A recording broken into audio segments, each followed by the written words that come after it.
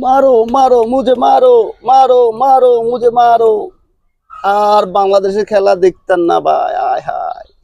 দুঃখে কষ্টে বগুলি, আইডিয়া গাছের বগুলিতে নিজের মাথা বাড়ি। যদি এই বগুলি যদি মামুর ব্যাটাদেরকে খাওয়াইতে পারতাম, মামুর ব্যাটার ক্রিকেট ক্লাবদেরকে যদি খাওয়াইতে পারতাম, আমার আত্মাটা শান্তি পাইতো।